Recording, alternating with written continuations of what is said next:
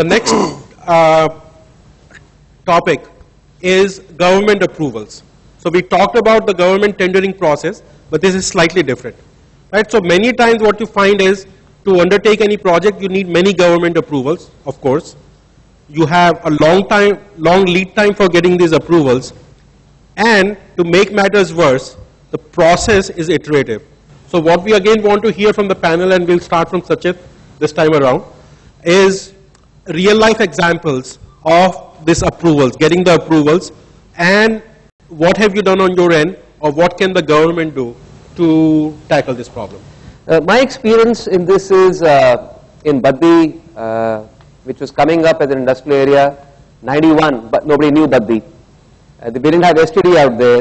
You couldn't even go to Baddi without going through the river. So your cars had to go through the river to reach Baddi. That was the situation. So we looked at, we followed the low whip model. So when I came in there, people used to go to government with a whole list of 15 or 20 issues to work on. And I said we need to form an industry association. So at the ripe old age of 25, I became the president of the Baddi Barotiwar Nalagarh Industry Association. And we lobbied hard with government. And I focused on only one or two items at one time. So we started with STD is the biggest issue. You meet the chief minister and said, sir, baki sab badhiya hai, STD chahiye.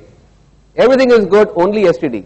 So focus on one, whether it's industry secretary, whether it's chief minister, anybody, there's only one problem.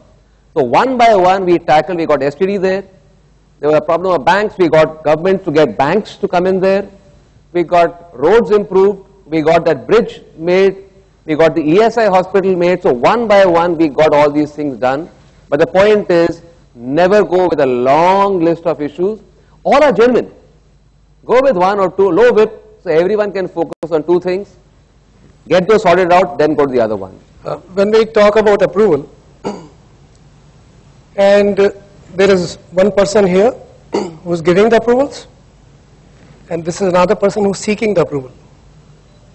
Who is at a higher level? In our mindset, the person who is providing the approval is at a higher level.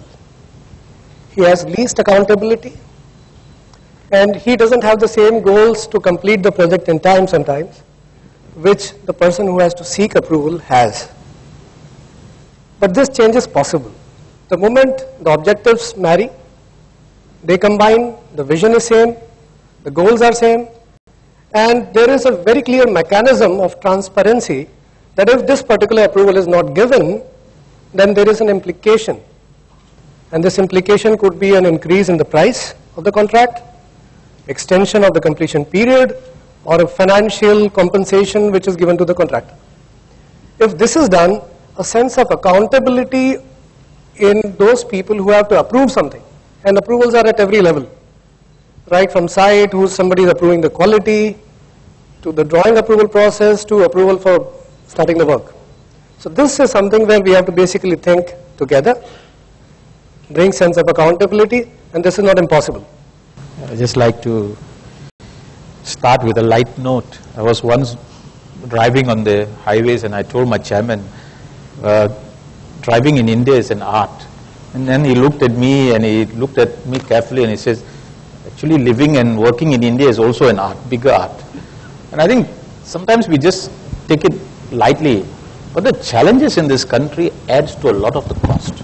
I think the country will benefit a lot if we could really decomplex or simplify the way we work. And I think the government only has to do three things. They don't have to do very many things. One is get the land, but that is a very big challenge. Two is make design more innovative or invest in design. Make design more effective. Don't put out substandard designs and then expect people to work because it's regulated. And the third is clear the environmental clearances. Today forest clearances have become a very big issue, and it's only the last 2 years that's become a major issue. Before that it was a lot simpler. So I think these three things is all the government has to do is to unlock, and I think projects will start taking shape a lot faster. Last topic of our discussion, which is the shortage of good project managers. Is this a real problem, or just does it have a big impact? And what are the things you have done or could do about it? From a structural angle, the way we structure our organization is the first step. Now, when we were fairly small, we took a very centralized model, and we had very little decentralization. As we've grown larger, we've had to decentralize. But again, you know, the capability of the project managers in the market are only limited with the experience that they have because of the growth. So now what we've looked at is we've looked at the bottom of the scale. That means we're looking at what we realize is at the base, we are very weak with skilled foremen. The entire industry is short of skilled foremen. So we've invested very heavily in making sure that the skilled foreman is available on the ground to take care of production. Then we've looked at the next level, which is the manager supervising the foreman. He has to have the right mindset. The dignity of labor is important. So we are moving him towards thinking that don't tell him what to do. If he's skilled, let him do his job. Guide him, support him, provide him the resources, provide him the tools. Don't try to tell him what to do. So we are now moving the managers to a level where they have got better supervisory skills. Now, if we can free the bandwidth at the base, then the project manager can do a lot more than what he's doing now. And our project managers, we have a lot of good people with 20 years experience, 15 years experience, but they're not doing what they should do. They're going downstream instead of going upstream. So we feel that, you know, if we could unlock the base, I think we'd have greater bandwidth at the top. And that's what we are working on. With this, we want to thank our panelists. This has been a great learning, at least for me. I hope it was for you too.